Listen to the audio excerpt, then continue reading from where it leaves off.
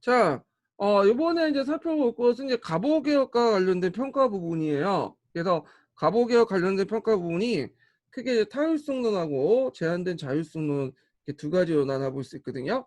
그래서 타율성론 같은 경우는 일본의 강요에서 착수됐고, 그 다음에 일본의 어떤 조선 침략 용이하게 만들었다 그런 의견인데 반해서 그 제한된 자율성론은 일본의 어떤 간섭도 있었지만 이 당시 이제 조선 후기 때부터 등장한 뭐 시닥사상이라든지 19세기 밀란, 그다음에 갑신전변, 동학혁명 등 같이 이런 한국사의 어떤 내재적 발전 과정이 제한적이나마 반영됐다. 그래서 제한된 자율성론 이렇게 이제 보고 있거든요.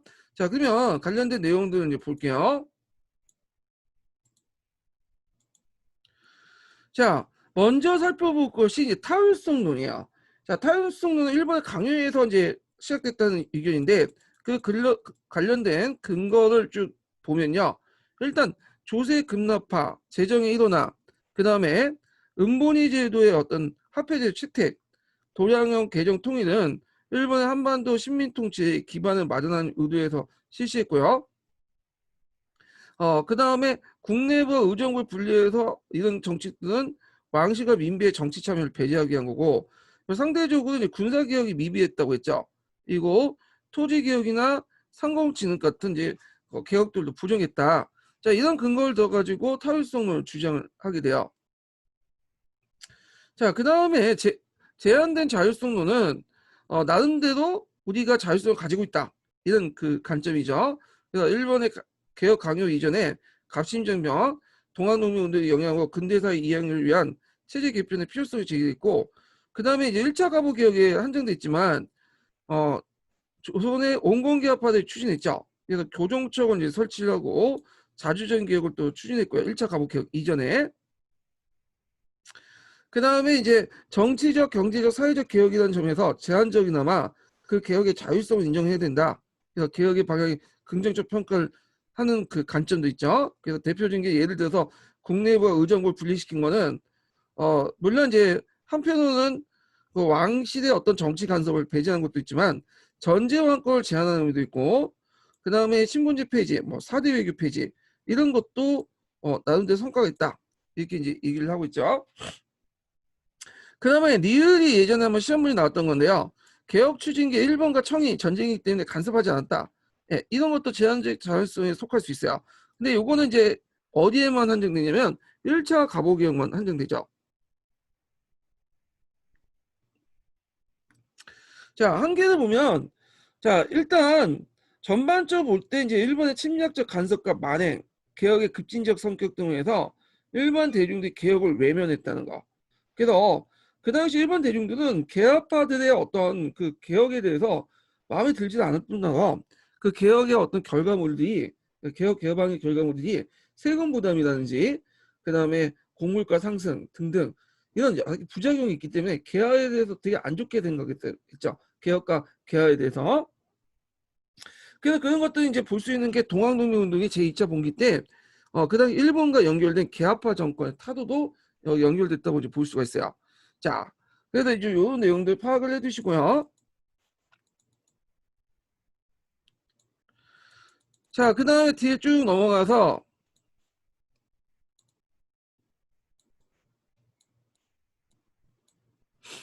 동학농민운동을 볼게요. 동학농민운동.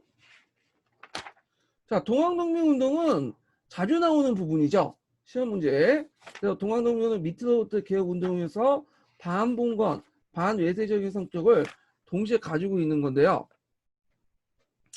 자, 동학농민운동이 일어난 때 상황, 1890년대 정도의 상황을 보면 그 농촌 경제가 파탄이 됐어요. 그래서 이제 개항으로 곡물 상품화의 추세 속에 양반 관료와 대상인들, 지주계층 등 이득을 반면에 소농민이나 빈민층, 소상인들이 몰락을 하게 되죠. 그래서 사회적 양극화가 이루어졌고, 그냥 일본의 경제적 침탈이 심화되죠. 그래서 일본은 중개무역을 통해서 막단 이득을 중개무역을 통해서 예전에 그 조선상인들 이득을 챙겼는데, 자, 이 제가 말 잘못했네요. 네, 잠깐 착각했어요. 다시 할게요. 그 예전에는 일본이 영국산 중국의 그 면직물 있죠. 영국산 면직물을 도입해서 중개물을 통해서 이득을 챙겼는데 나중에 일본하고 이제 청나라상인도 같이 그걸 갖다 팔죠. 그러니까 이때는 자국산 면직물을 갖다 팔아요. 그래서 이때 막대한 이득을 치는데 요 자국산 면직물이 그 조선의 토포 사업에 상당히 큰 영향을 줘요. 큰 타격을 주게 되는데 그 이유는 좀 뒤에 얘기를 할게요. 그 다음에 그 당시 이제 쌀을 이제 구하는데 이제 초점을 맞췄기 때문에 입도선매했어. 입도선매는 뭐냐면 쌀이 익기 전에 미리 매입을 한 거야. 예. 그래서 사들인 거죠. 그래서 이런 식으로 해서 쌀이 부족하게 되고 그리고 이제 그 당시 또 농가가 그 당시 이제 소작료가 올라가니까 여러 가지 고리대 문제가 등장하게 돼요. 자, 그리고 곡물가격 폭등 등등이 이제 백성들 생활을 궁핍하게 만들고 그리고 지주 경영이 강화되죠. 소작용 인상 같은 것도 일어나고요. 그 중에 고창지대였던 호남 지역에서 제일 경제적 피해가 제일 컸어요. 그래서 그 동학농민운동도 호남지대에서 이제 주로 호남 지역에서 많이 일어났죠. 그래서 이제 이걸 막기 위해서 쌀의 어떤 그 유출을 막기 위해서 방공령을 이제 선포를 했지만 그 오히려 일본의 배상금만 물고 실패했다. 자, 이 부분은 뒤에 좀 얘기를 할게요. 그 다음에 자연재해, 흉년, 전염병 이거 여러 수탈이 강화되기 시작했고요. 그 수탈 강화 관련된 내용을 좀 볼게요. 이게 예전에 기출가 언급돼서 기출에 언급된 부분이기 때문에 좀 봐야 되는데 자, 왕실 소유의 토지 공방전을 관리하는 이런 그 관리들의 농간 그 다음에 중앙에서 파견된 군전사의 작폐 및 군전세 징수인데 이게 왜 그러냐면 원래 이 군전사는 조선시대부터 있었던 그 간직이에요. 그래서 이제 중앙에서 어떤 땅 항우지를 개간을 할 때 그 개간을 독려하기 위해서 파견된 게 군전사였는데 그 당시 구한말 때도 그렇게 이제 파견했어. 근데 그들이 이제 무슨 얘기를 했냐면 전라도에 가가지고 이제 항우지를 개척하면서 이 땅을 개척하면 너네들에게 주겠다. 세금도 면제해주겠다. 그렇게 이제 약속을 해놓고는 막상 개척을 하면 그걸 어디로 왕실 토지로 이렇게 편입을 시켜버린 거야. 그리고 세금도 징수를 하죠. 균전세를 목적으로. 그러다 보니까 이거에 대한 이제 반발이 많았던 거죠. 그래서 이제 동학농민운동 안에 이 균전제를 폐지하자, 군전사를 더 이상 오지 말게 하라 이런 내용들이 있어요. 자, 그 다음에 전운사인데 전운사는 이제 그 당시 그 기선을 운영했던 국가 기관이죠. 그래서 그때 이제 보통 그 조세 운반은 경강상인들이 주로 했어요. 경상들이.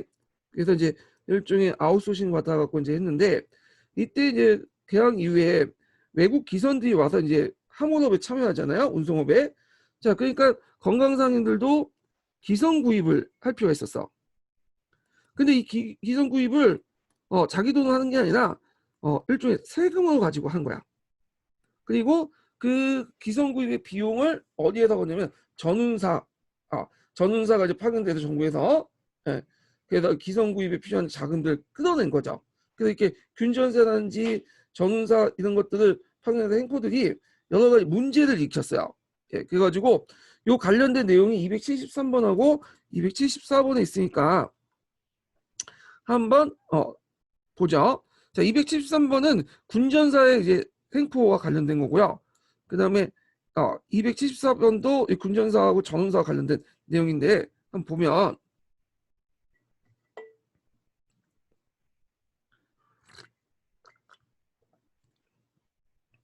자, 1890년에 왕실이 전라도 서북부 여한계 고을의 개간 사업을 추진하기 위해서 파견된 관리로서 개간 자금을 대준다는 이유로 농민의 토지를 관리하고 지대를 징수했다.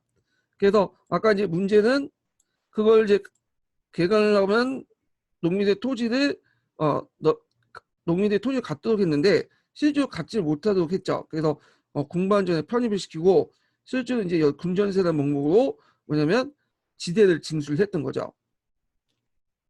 자, 그래서 군전 문제는 전주, 옥구, 김제 등등 해서 그 당시 읍의 진전을 명내구에 자금을 대고 개간한 뒤 지대 수치와 소유권 기속을 둘러싸고 왕실 및 군정 관리와 농민 사이 갈등이 있었다.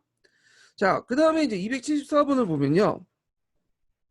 벼농사 지대를 대표하는 전라도 서북 지역의 국교 학대와 그 학대 이후 쌀이 일본으로 빠져나가면서 농민 수탈이 매우 심하였다.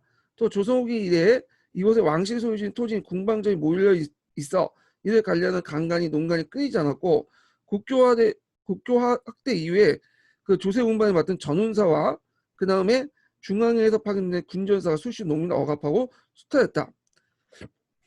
그래서 이런 것들이 이제 뭐냐면 어디에 들어가 있는 농민들의 어떤 개혁사, 농민들 요구사항에 들어가. 나중에 동학농민운동 요구사항에 들어갔다는 거. 자, 그 다음에 뭐 삼정의 물량도 계속 있었고요. 그리고 수세, 대동미의 어떤 부당한 징수 등등 해서 동학농민운동 이전에도 1890년대 농민봉군도 있었어요. 그 전에 상당히 이제 곳곳에 일어났는데, 자, 여기 이제 표를 보시면 알겠지만 농민봉기가 상당히 많이 나왔던 걸 볼 수가 있죠. 그래서 배경을 보면 앞에 언급했던 것들이에요. 그래서 이제 무명작수의 징수, 자의적인 어떤 세금이죠. 이것도 있고 악화 발행 및 물가 폭등, 뭐 지대 수탈 등등등 해가지고 일어났는데 결과는 대부분 실패했어요. 왜냐하면 이게 되게 9년 단위로 소규모로 일어났고 전국적인 조직으로 발전하지 못했어. 예, 그래서 그냥 폭동 정도 수준? 이 정도밖에 안 됐어요. 자, 근데 뒤에 일어난 이제 동학농민 운동은 좀 약간 다르죠.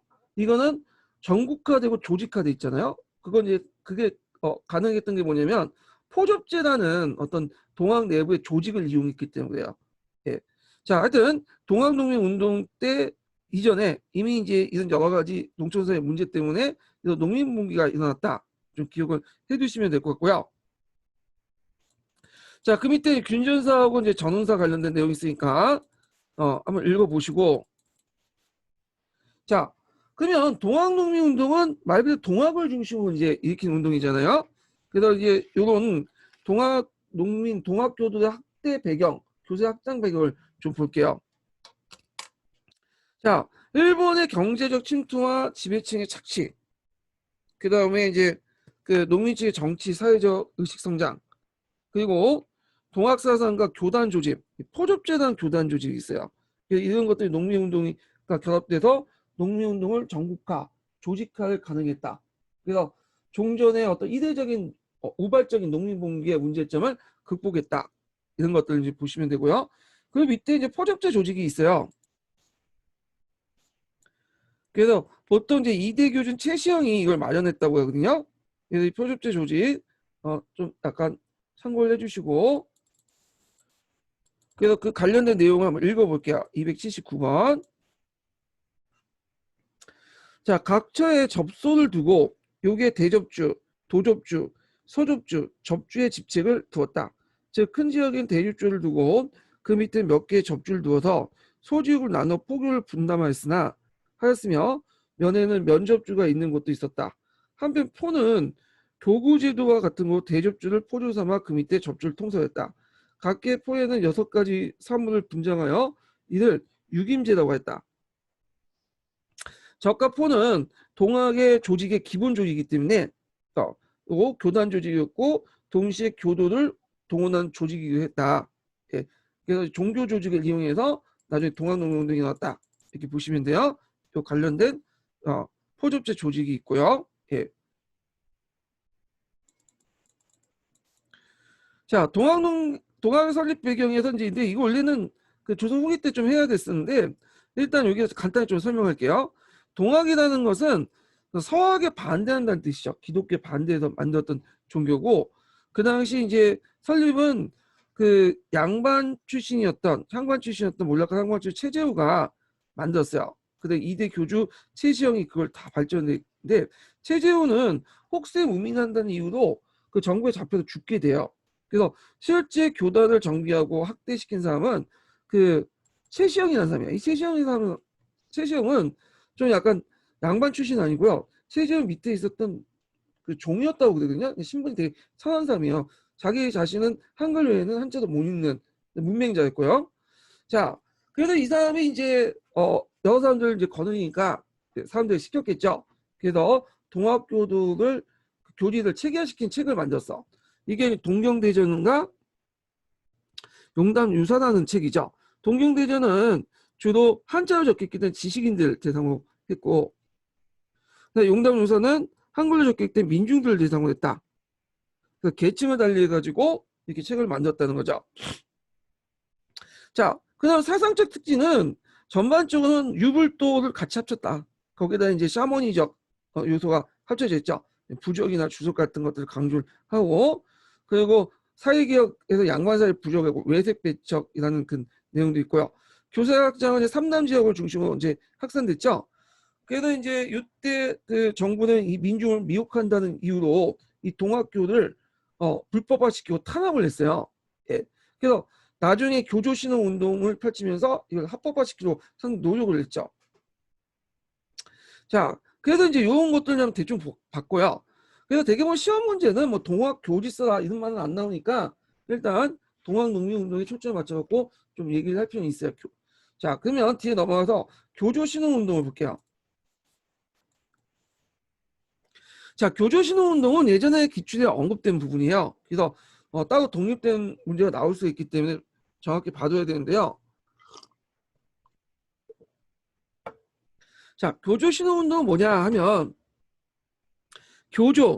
교조라는 것은 동학교도의 그 교주였던 최재우를 얘기하죠.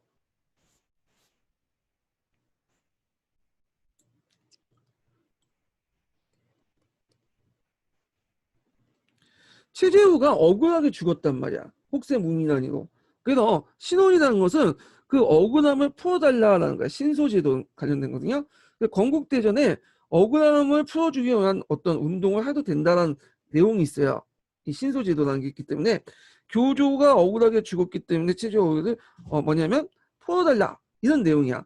자, 그 이걸 교조신혼운동인데 교조신혼운동은 처음에는 종교적 성격을 띠고 있지만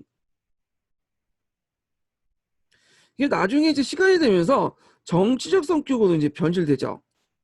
변질됐다는 말이 좀 그러긴 한데 정치적 성격으로 변화가 돼요. 자, 그러면 이제 내용을 볼게요. 자, 성격을 보면 건국대전 보장 신소제도를 이용한 합법적인 틀에서 정부의 공인을 받기 위해서 한 집단적 시위운동이었다. 자, 이때 정부의 공인이라는 것은 뭐냐면 동학이 그 당시 불법화되고 탄압을 받으니까 교조 신혼운동을 통해서 교조의 신혼도 풀 겸 동학도 인정받으려고 했어. 합법화 시키려고 했죠. 그래서 합법적인 청원운동을 통해 동학을 공인받으려고 했다. 이게 좀 경제적인 문제도 있어요. 왜냐하면 동학교도들이 그 동학교들이 지방 수련관들 뭐냐면 약탈 대상이었거든요. 이들이 불법 집단에 속하다 보니까 이 지방 수련관들이 그들 재산을 함부로 뺏고 그랬어요. 그래서 이런 경제적 문제 때문에 또 교조 신흥 운동도 또 뭐냐면 했던 것도 있어요. 자, 근데 이제 시간이 지나면서 종교 집회에서 이게 점점 정치적 집회로 바뀌게 돼요. 예. 예를 들어 보훈 집회가 그 대표적인 경우죠.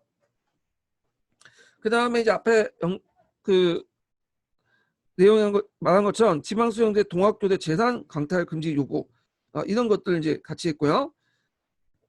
그래서 그 이제 가정을 보면요. 먼저 이제 했던 게 공주 3례 집회야. 여기까지는 뭐 순수하게 그 종교적 집회라고 보시면 돼요. 그래서 처형된 교주의 체제 원한을 풀고 동학교대 탄압을 방지 및 포교의 자유 이런 것들을 했죠.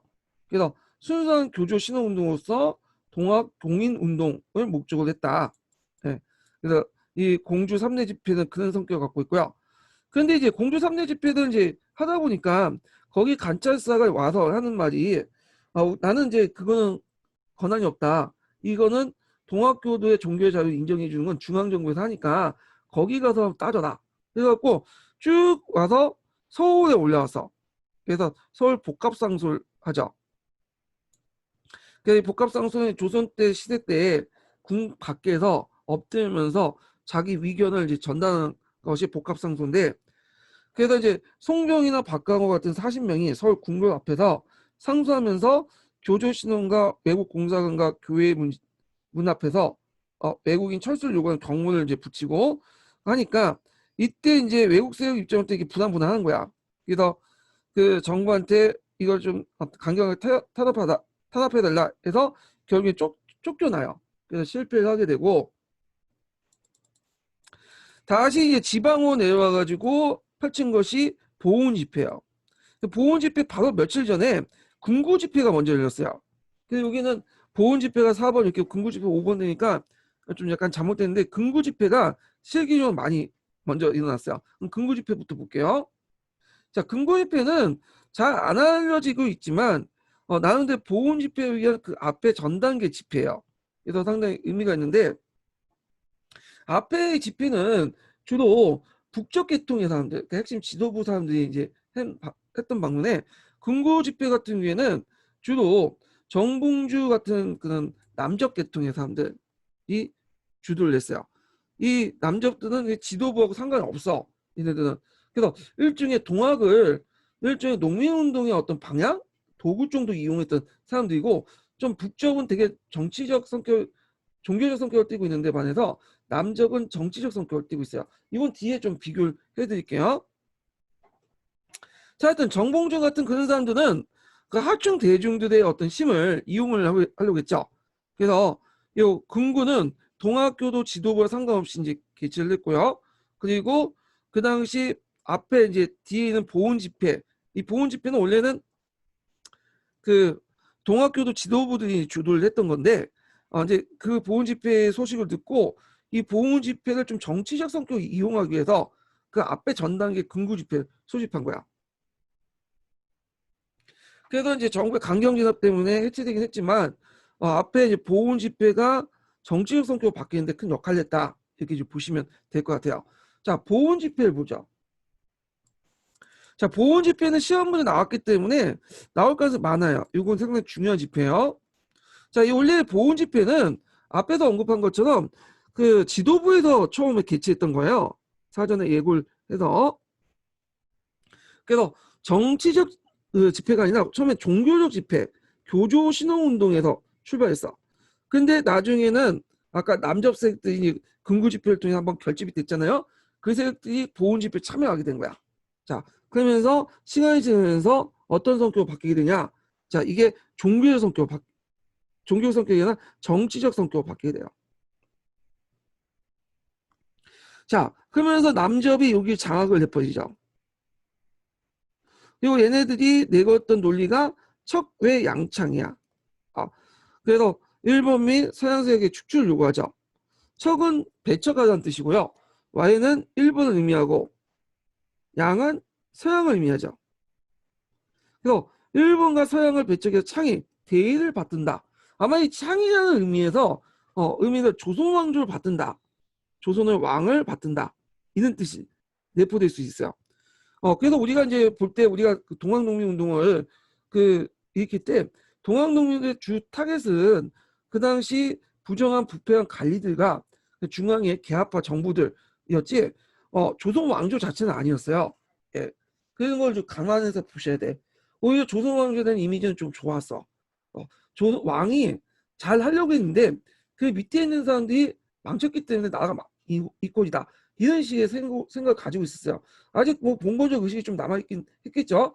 그래서 그 교조신흥운동이라든지 그 뒤에 동학농민운동이라든지 조선왕조 뒤엎고 뭐 새로운 왕조를 만들거나 공화국을 만들겠다는 생각은 없었어요. 예, 오히려 조선왕조 틀 안에서 개혁을 하려고 했는데 다만 이제 그 방법상 자기가 이제 내세우기 합법적인 방법이 안 되니까 비합법적인 방법을 택했다 이렇게 이해를 하시면 돼요. 자, 그러면 그와 관련된 내용을 좀 한번 볼게요. 289번. 자, 289번이 아니라 그 288번을 좀 볼게요. 자, 1893년 3월 최재우가 처형된 날을 기해 당시 동학본부가 있던 충청도 보훈 장례리로 동학교도를 집결했죠. 그래서 전국의 동학교도 27,000명이 참석한 이 집회는 처음엔 종교적 집회였지만 나중에는 척외양창이라는 반외세적 깃발을 내걸었다. 이렇게 좀 보시면 될 것 같고요. 그 밑에 이제 290번은 근거 집회 관련된 내용이 있어요. 이것도 파악을 해두세요. 어렵게 나오면 군구지표 나올 수도 있어. 예. 자, 그 다음에 뭐 미장지표가 있는데 요거는 건너뛸게요. 뭐 듣보잡이니까. 자, 의미는 이런 그 교조 신혼 운동을 통해서 일종의 이제 농민 운동의 어떤 그 기반을 마련했죠. 그래서 요때 농민 운동의 전 단계로서 일반 농민과 밀접하게 연관되었다. 특히 근구 집회나 보훈 집회 같은 경우에는 동학교도 외에도 일반 농민도 많이 참여했어요. 그래서 이들을 계몽시키고 조직화시키는데 큰 역할을 했다. 이렇게 보시면 될 것 같아요. 자, 그다음 뒤에 넘어가서 그러면 여기에서 남적과 북적의 갈등을 볼게요. 예. 그래서 보통의 북적 같은 경우에는 정치적 성격보다는 종교적 성격을 강조하고 있고요. 그다음에 남적은 정치적 성격을 갖고 있어. 근데 이게 북적과 남적의 문제뿐만 아니라 왜 동학교도 안에 그런 흐름이 있어요. 그래서 그 동학교도가 태어날 때부터 탄생할 때부터 정치적 흐름을 타가지고 그냥 순수한 종교단체에 머물러야 된다는 흐름도 있는 반면에 또 하나는 현실 참여를 같이 하자는 의견도 같이 있었어요. 예, 이런 것들이 남적과 북적의 갈등으로 서로 연결돼 있다는 거 기억을 해두는데 물론 어떤 사람은 남적과 북적의 갈등이 없었고 다 이 오지영의 동학사에서 조작한 말들이다. 이렇게 주장하신 분도 있더라고요. 뭐 그것도 일리는 있어요. 오지영의 동학사 자체가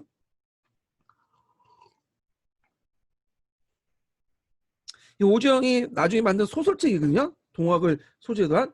근데 오지영이 그때 나이가 뭐 20대 초반 아주 젊을 때고 그런 사람이 뭐 남적과 북적을 뭐 교접을 서로 자기가 교섭을 시켜가지고 2차 봉기 때 단합을 시켰다 막 이런 내용이 있는데 그래서 자신의 어떤 그런 위상을 좀 강화시키려고 남적과 북적이라는 걸 허구로 만들었다. 기록에는 그런 내용이 없다. 뭐 이렇게 주장하는 사람도 있는데 그렇지만 이제 보통 우리가 통상적으로 공무원 시험이나 그런 데서는 남적 북적의 차이를 얘기하니까 이걸 일단은 인지하고 들어가셔야 돼요.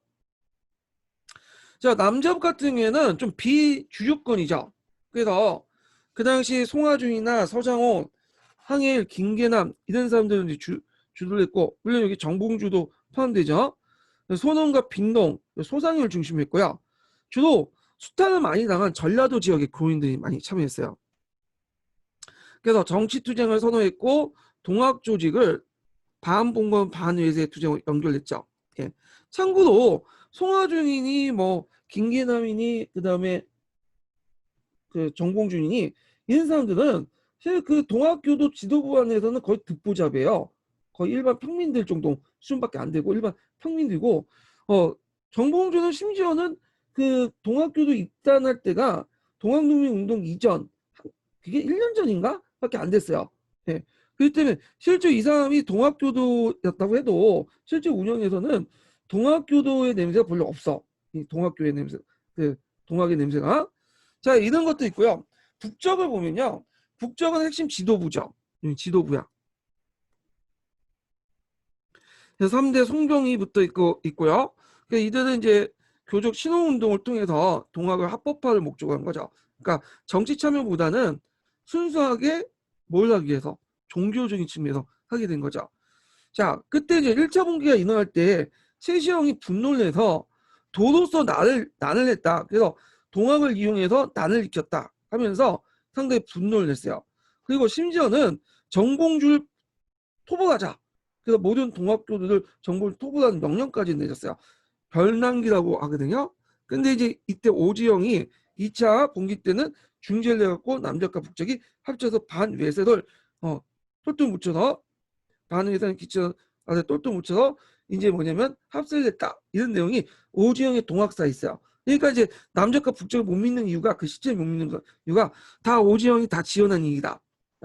그래서 못 믿는데 일단은 그 학계 통론에는 그렇게 믿고 있기 때문에 학계에서는 그냥 넘어갈게요. 이렇게 구분을 하시면 되고 하여튼 1차 봉기 때는 북정을 참여하지 않았고 오히려 그 남적 봉기에 상당히 반대했다. 이렇게 보시면 되고 2차 봉기 때 가서 반외세의 기치로 참여했다. 이렇게 보시면 돼요. 자, 그러면 동학농민운동의 전개 과정을 볼게요. 자, 이 동학농민운동 전개는 저는 크게 1기, 2기, 3기, 4기 이렇게 나눴는데 교과서에서는 1기, 2기, 3기 1기와 3기를 1차 분기라고 하고요. 그 다음에 또는 이제 1차 분기를 1기는 고부밀란으로 해놓고 2기부터 보는 교과서도 있어요. 각각이 다르고 기준이. 그러니까 대충 1차 분기 이렇게 보고 있고 2차 분기는 4기로 보고 있어요. 요걸 봐야 되네. 2기죠. 예, 2기. 1, 2기, 1차 분기, 그 다음에 4기, 2차 분기. 1기와 2기는 고부밀란부터 해서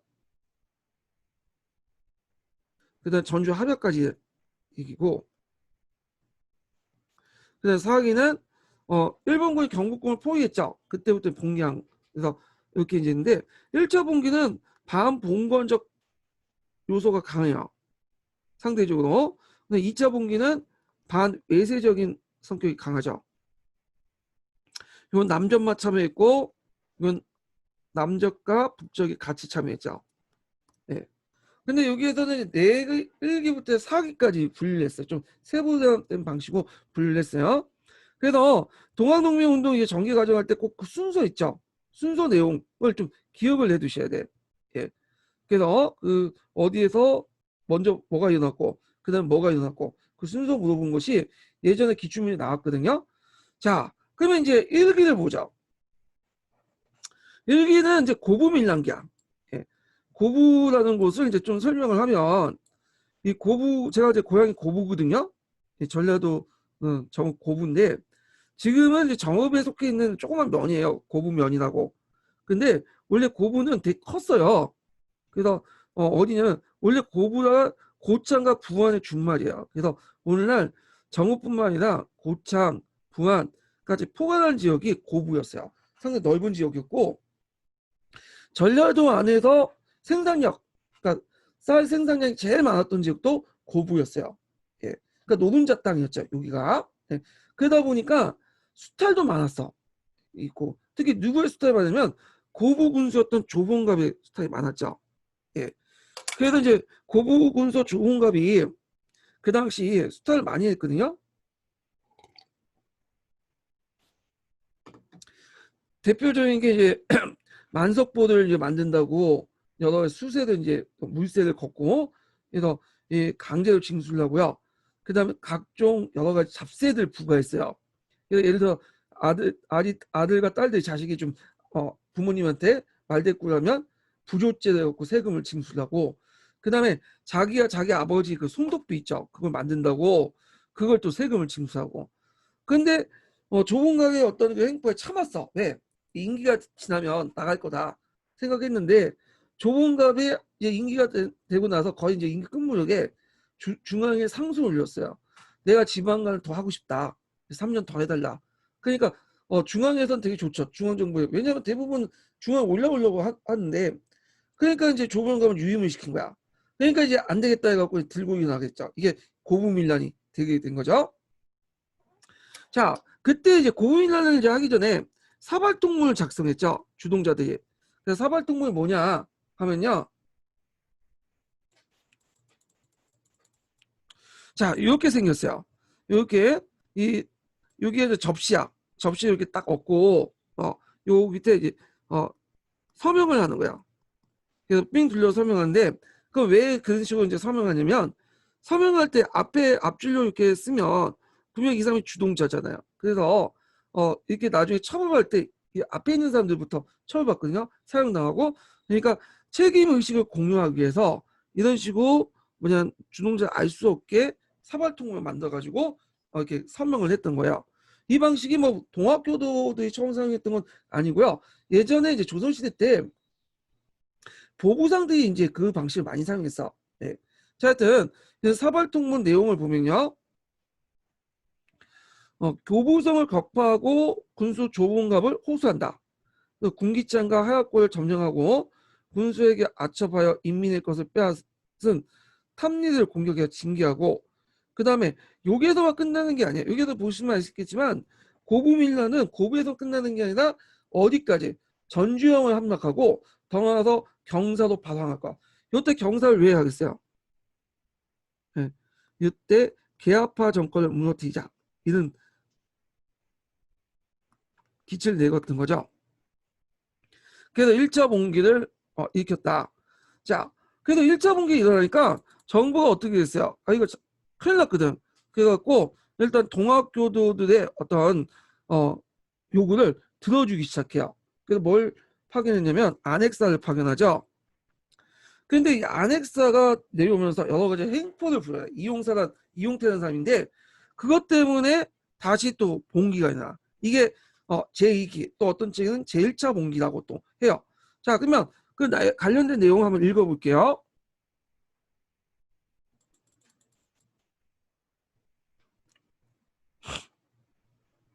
자, 논란 정부는 조병갑에게 책임을 추구하여 파면하고 새로이 반원명을 군수로 임명하여 안핵사를 파견했다.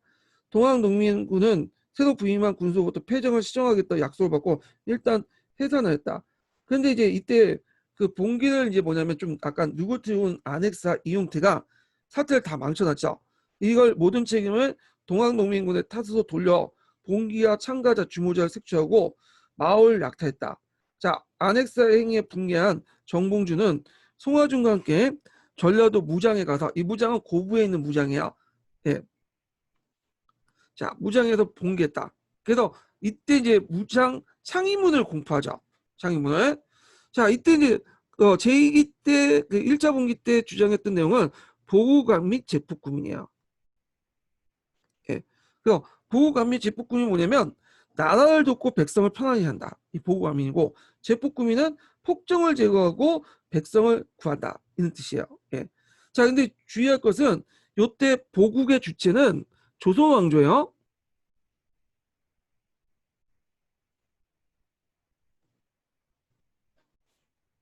그래서 조선왕조를 구한다. 개화파 전국부터 구하고 외서부터 구한다는 뜻이야. 예.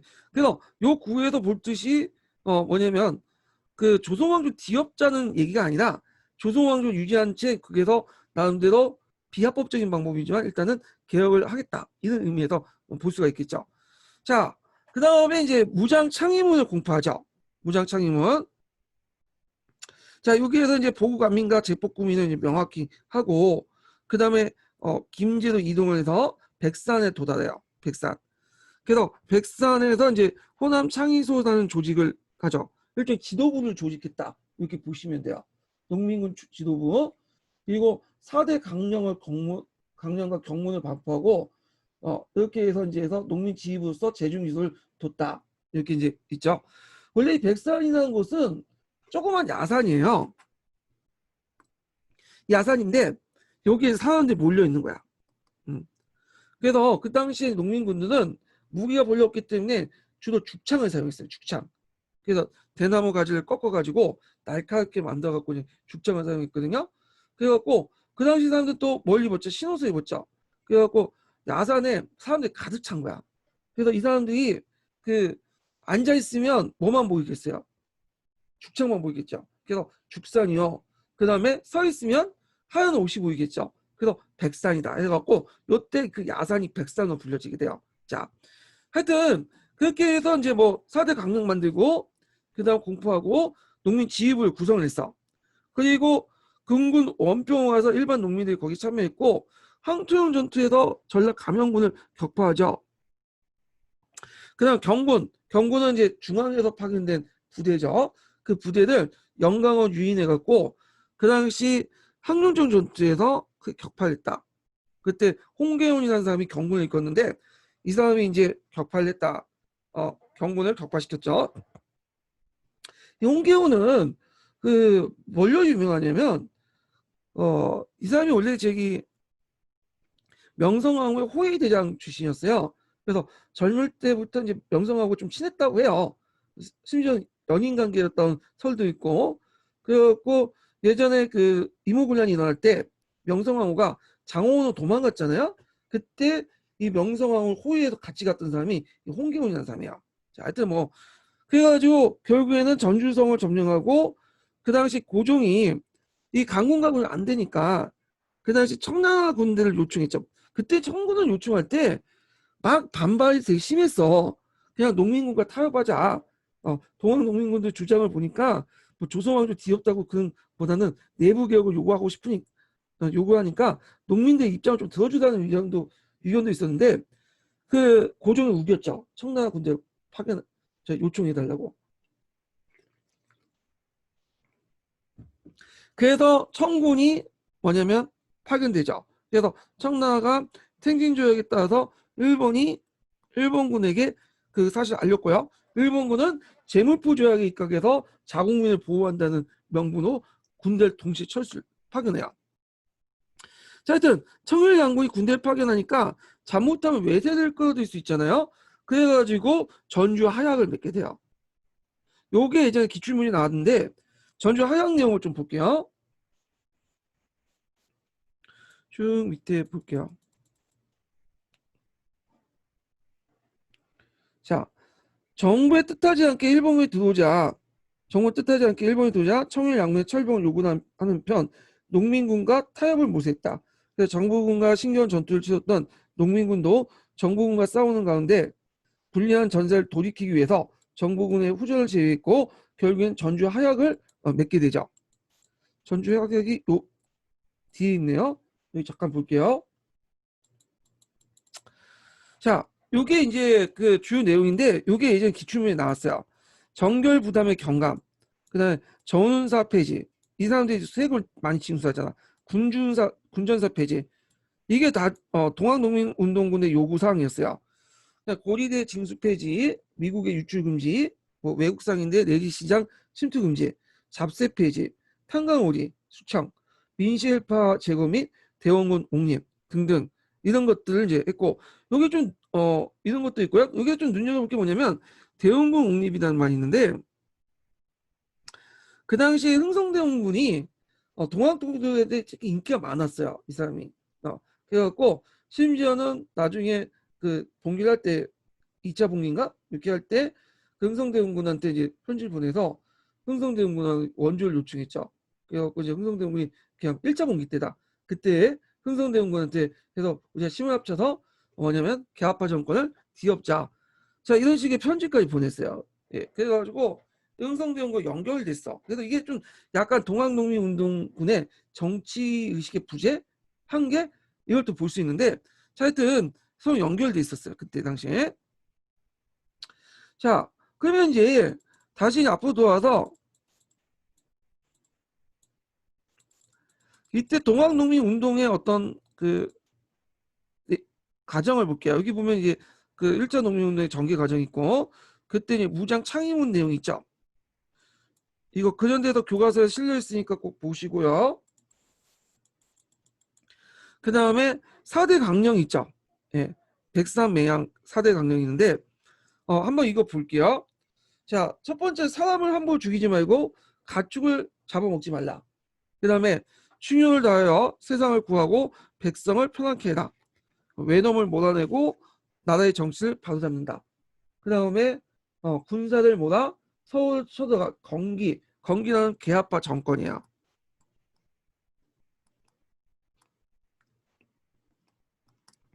자, 개화파 정권을 모두 없앤다. 이렇게 있어요.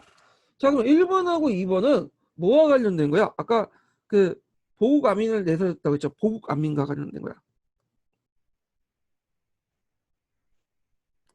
자, 그 다음에 3번은 뭘까? 외놈을 몰아내고 나라의 정치를 잡는다. 자, 요거는 척외 양창이죠.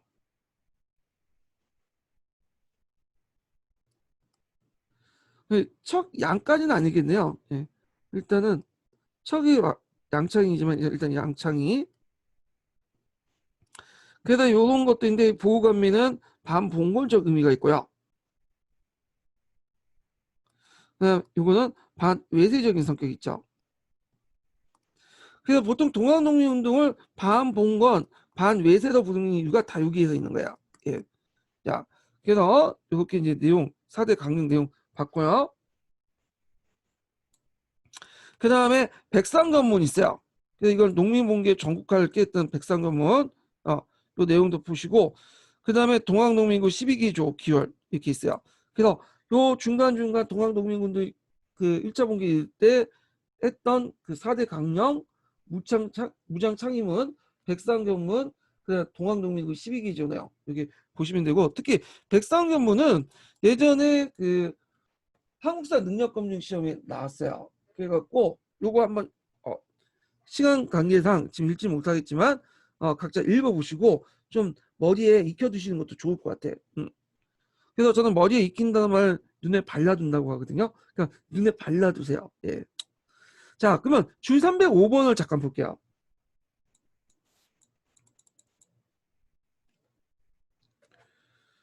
자, 이 봉기는 고보다는 한 고군의 문제가 아닌, 그러니까 1차 봉기죠. 농민 일반, 나라 전체의 문제를 해결하는 의도에서 시작됨을 느끼는 그걸 팍팍 주지 않습니까? 이게 누르교과서예요. 지금 나왔죠? 예. 그래서 누르교과서는 이제 주로 약간 인말 형식으로 이제 뭔가 설명을 하는 타입이거든요.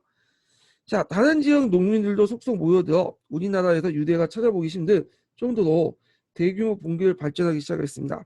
지금 우리가 이때 이 봉기를 전쟁이라고 표현되는 것도 고을단에 고립된 봉기가 아니라 여러 지역의 농민들이 합쳐서 그 중앙적으로 정면적으로 보는 그런 양상을 보였기 때문이다. 그래갖고 그 양상들을 이제 보였던 그 경문이 백상관문이었다. 이렇게 좀 기억을 해두시면 되고요. 자, 그러면 이제 다시 넘어가서 전주합약을 이제 맺었죠. 예. 그래서 처음에는 전주합약 때 그 내용 보면 패전개혁 관련된 내용이 있어요. 여러 가지 문제점이 있는 거. 그때 이제 홍계학하고 말인데 홍계학이 처음 약속대로 지키지가 않아. 예. 그래서 약간의 이제 트러블이 생겼죠. 근데 그 당시 전라도 감사로 들어왔던 그 당시 김학진이라는 사람이 있어요. 김학진. 이 사람이 정봉주를 만나서 담판을 하죠. 그래갖고 진학진이 정봉주의 요구, 패전개혁 요구를 받아들이면서 직강소가 설치되고 그때 농민군들이 직강소를 통해서 패전개혁을 착수를 하게 돼요. 그래서 직강소가 있는데 이 직강소도 예전에 기출문에 나왔죠. 자, 그래서 전주합약부터해서 직강소 설치 통해서 내부 개혁을 할 때가 이제 상기예요. 상기. 예. 자, 직강소 강령 12조가 있는데 이건 각자 보시고 자, 그 내용을 이제 빗대 보면요. 전라도 지역의 53개 군에 직강소를 설치해요. 그래서 패전 개혁안이 실천되는데 다만 여기 남부 지역 있죠. 이렇게 남부 지역. 요 지역은 아직까지 요 지역인가요? 네, 요쪽 지역. 순천이나 뭐 요 남부 지역들 이런 지역들은 주로 뭐냐면 직강소가 설치가 안 됐어요. 요 지역이겠네요, 그죠? 순천 요때는 이 지역은 왜 설치가 안 됐냐면 양반들이 너무 세력이 커. 양반들이 자기 나름대로 의병을 이끌고 요 지역에 직강소 설치하는 걸 막아버린 거야. 그렇지만 나머지 지역은 직강소 설치됐다. 네. 그래서 전라도 지역의 53개 군의 직강소 설치해서 패전개혁을 실천을 하도록 했고 그때 군수와 함께 같이 추진했죠. 자, 그래서 패전개혁은 집행 기구적 성격이 있고요. 그래서 그 안에 서기, 서찰, 집사, 동문 같은 어떤 이제 관리를 돕고 의결기관적 기능도 있죠. 그리고 치안도 담당하고요. 그래서 개혁을 실정하는 민정자치기구로서 농민적 한건을 구현하려고 했다. 그래서 예전에 이제 성격, 직강소 성격을 써갈 때 요걸 쓰시면 돼요. 요걸. 예. 그래서 요 관련된 내용이 기출문제 언급을 했으니까 좀 기억을 해두시면 되고요. 자, 그리고 이제 308번 문제 8번을 좀 볼게요. 농민군의 직강소가 기존의 행정체계와 이론적으로 독립되었지만 농민군의 자치적 행정기관으로 확립되었고 이 자치적 행정기구가 키워드죠. 그래서 농민군의 세력의 군사적 우세성이 확고한 곳에는 확실하게 일원화된 농민 지방 권력기구로 성립되었다. 예. 자, 그래서 이제 전라도에 설치된 직강소도 좀 군수와 맞먹어서 같이 하는 데도 있고 농민군의 센 지역 같은 경우에는 독자적으로 한 지역도 있고요. 아까 전에 여기 이 지역 있죠? 이 지역 같은 경우에는 순천 지역 같은 경우에는 양반들이 셌기 때문에 아예 직강소가 설치되지 않는 지역도 있어요. 자, 하여튼 그 개혁 내용을 보면요. 신분제 폐지, 삼전 개혁, 그 다음에 고리치의 무효화, 지주제 개혁, 조세 징수, 치안 유지 등등 패전 개혁을 이제 했고, 그래서 봉건적 토지 소유 관계를 폐기하고 신분 계급적 질서를 해체하는 등 조선을 봉건사회에서 근대사회에 이해하는데 큰 역할을 했다. 이렇게 보시면 돼요.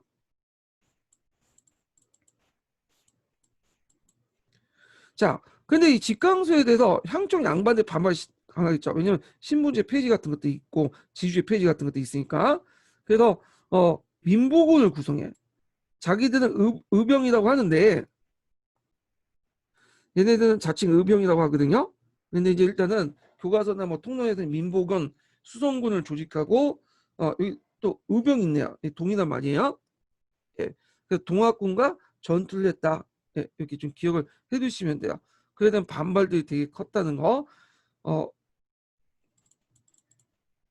자, 요 밑에는 이제 직강서와 관련된 내용인데, 되게 직강서와 관련된 내용이 별로 안 좋게 서술돼 있어요. 그 누구 입장에서 받아본 거냐면 양반이나 지배층 입장에서 받아보기 때문에요. 예. 자, 그래서 있고, 자, 310번을 잠깐 볼게요. 자, 농민군들은 전라도 각 곳에 돌아가 집방소를 설치하고 쉽게 이루어지거나 모든 곳에 폐전개혁 활동을 원활히 이루어진 것만 아니었다. 동학 농민군의 영향력이 강력한 고을에서는 직강 설치와 폐전개혁 활동이 수월하고 가감하게 이루어졌지만 직강소 설치에 거부하는 항리와 유생 등으로 구성된 수성군과 동학농민군 사이에 전투가 벌어지는 곳이 많았다. 특히 전라남도 그 지역, 남부 지역 같은 경우에는 그런 지역들이 되게 많았다는 거죠.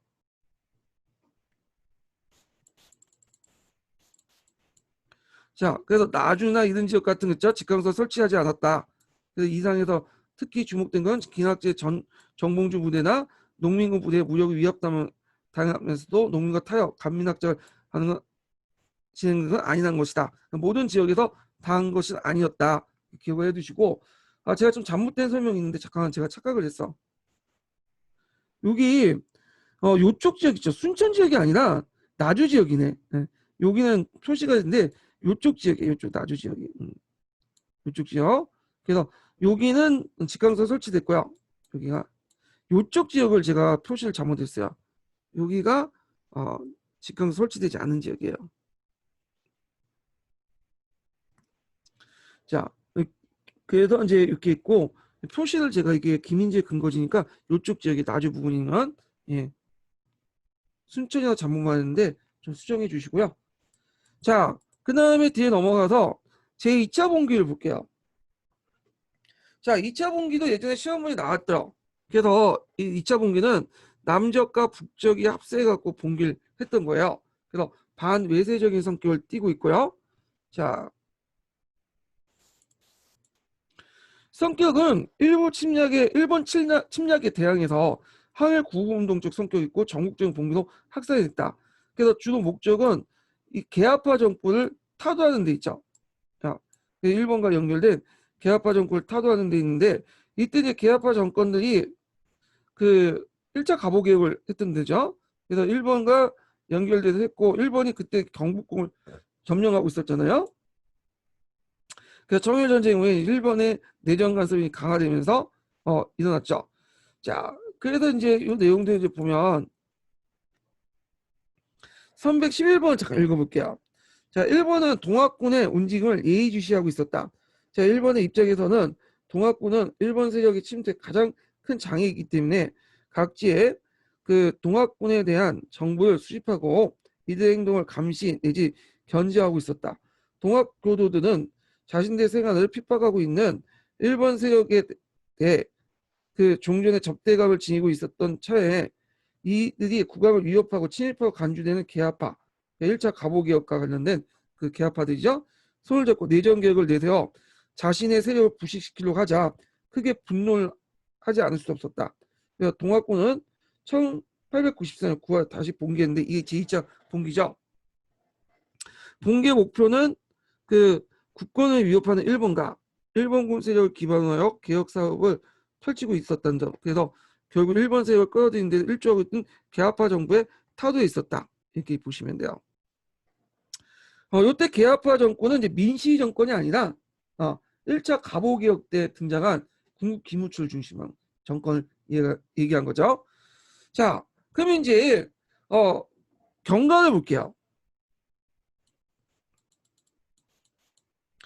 자, 이 당시 이제 그 삼내역에서 남쪽과 북쪽이 직결이 돼요.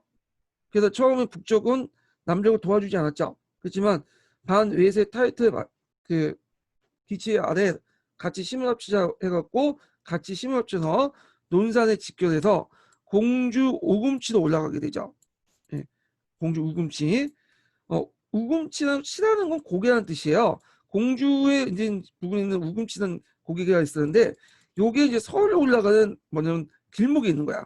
여기 부분에 있죠. 자, 요때 우금치 전투가 일어났는데 실제 이 우금치 전투는 완전 패전이었어요. 그때 뭐 동학농민군이 한 10만 명 정도 됐다고 하더라고요. 그리고 정부군하고 일본군들이 만 명도 안 되는 그 병력이었는데 아주 극소수의 병력들이 그 10만이 있는 동학농민군을 아예 몰살시켰죠. 거의 전투가 아니에요. 그 학살이야. 왜 그랬냐면 그 당시 일본군들이 개인화기도 뛰어날 뿐만 아니라 뭘 가지고 있으면 기관총을 가지고 있어요. 기관총. 그 1차 세계대전 때 사용한 맥신 기관총 있죠. 예. 그 맥신 기관총인가 가지고 있었을 거야. 그 1차 세계대전 때도 쓰였는데 그걸 이제 가지고 와서 그 쌓아 제키기 시작한 거야, 막. 그러니까 그 뭐냐면 그 당시 그 동학농민운동이 주로 죽창이었거든요. 죽창이었고 그다음에 잘해봤자 조총 정도만 가지고 있었는데 상대가 안 되죠.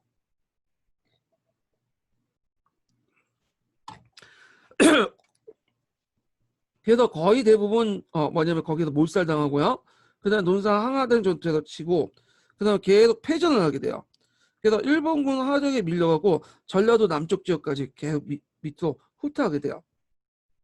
일본군들이 청일전쟁 와중에도 불구하고 그때 막 청일전쟁이 좀 승기 잡고 있었지만 이게 병력을 파견했던 이유가 뭐냐면 그 당시 일본군 동학농민군들이 계속 북상을 할 경우에는 그 잔존하고 있었던 청나군대하고 연결될 수도 있고요.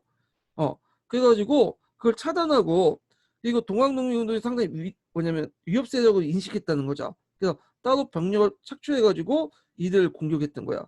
그리고 그다음에 청군과 이렇게 뭐냐면 연결과 차단하기 위해서 북쪽으로 몰고 간 게 아니라 대개 보면 남쪽으로 전라남도 남쪽으로 계속 동학군들을 포위하면서 몰고 왔어요. 이렇게 이 우금치 전투에서 이긴 다음에 이런 식으로 해갖고 동학교들을 뭐냐면 있고 나주에서도 또 뭐냐면 의병들 민보군이죠. 이런 사람들이 와가지고 또 치고 그래서 포위되면서 각계격파를 당한 거야. 그러면서 이제 섬멸되죠. 자, 그래서 일본군이나 개화파 양반들 연합세력에 의해서 타도가 있다. 이렇게 이제 기억을 해주시면 될 것 같고요. 자, 그 다음에 그 밑에 주 313번이 있는데 잠깐만요. 한번 읽어보자.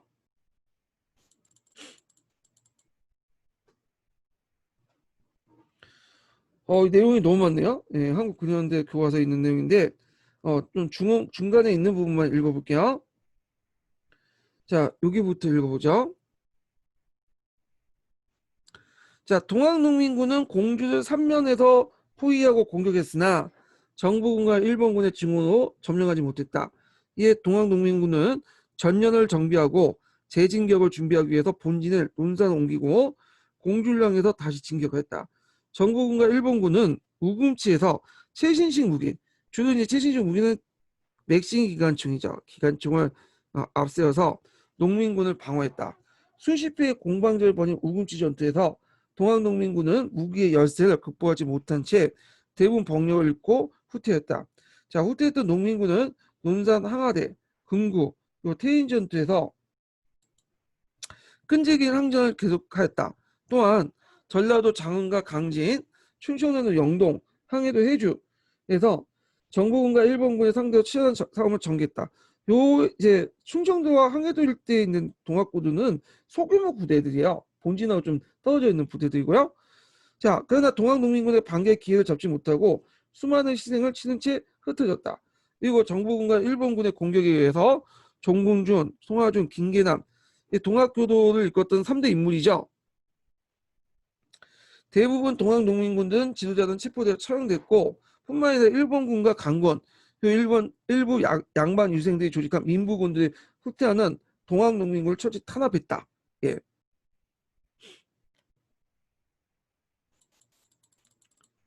자, 그래도 이제 이렇게 이제 봤고요. 그래서 이제 1차 봉기하고 2차 봉기를 좀 정리해 보면, 자, 1차 봉기는 남접을 주도했고 2차 봉기 남접과 북접. 그다음에 1차 봉기 때 이제 직강소 설치, 뭐 패전 개혁, 요거는 이제 그 1차 봉기가 끝난 후에 설치된 거죠. 2차 봉기는 오군치전 때 패배했다는 거. 1차 봉기는 반봉건 사회개혁 운동이었고, 그다음 소농민 소상품 생산의 보호 이런 걸 내건데 반해서 제2차 봉기는 항일 구국 운동이었고 반제국주의 민족 운동이었다. 예, 이런 특징이 갖고 있고요. 그 밑에 이제 국회 자료에 보면 1차 농민전쟁에서 반봉건개혁, 특히 민주정권의 축출의 측면에서 농민과 개화파 연합 가능성이 열려있다고 생각이 들었으나 2차 농민전쟁에서 개화파 세력이 가장 주요한 타도 대상이 되었다. 이렇게 보시면 될 것 같아요.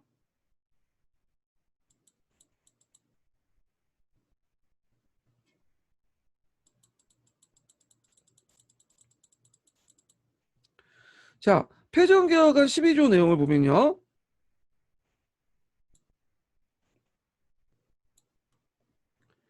자, 요 내용은 좀 약간 말하기가 좀 그런데, 요게 이제 왜 말하기가 그러냐면, 이게 그 오지의 동학사에 실려 있는 내용이에요.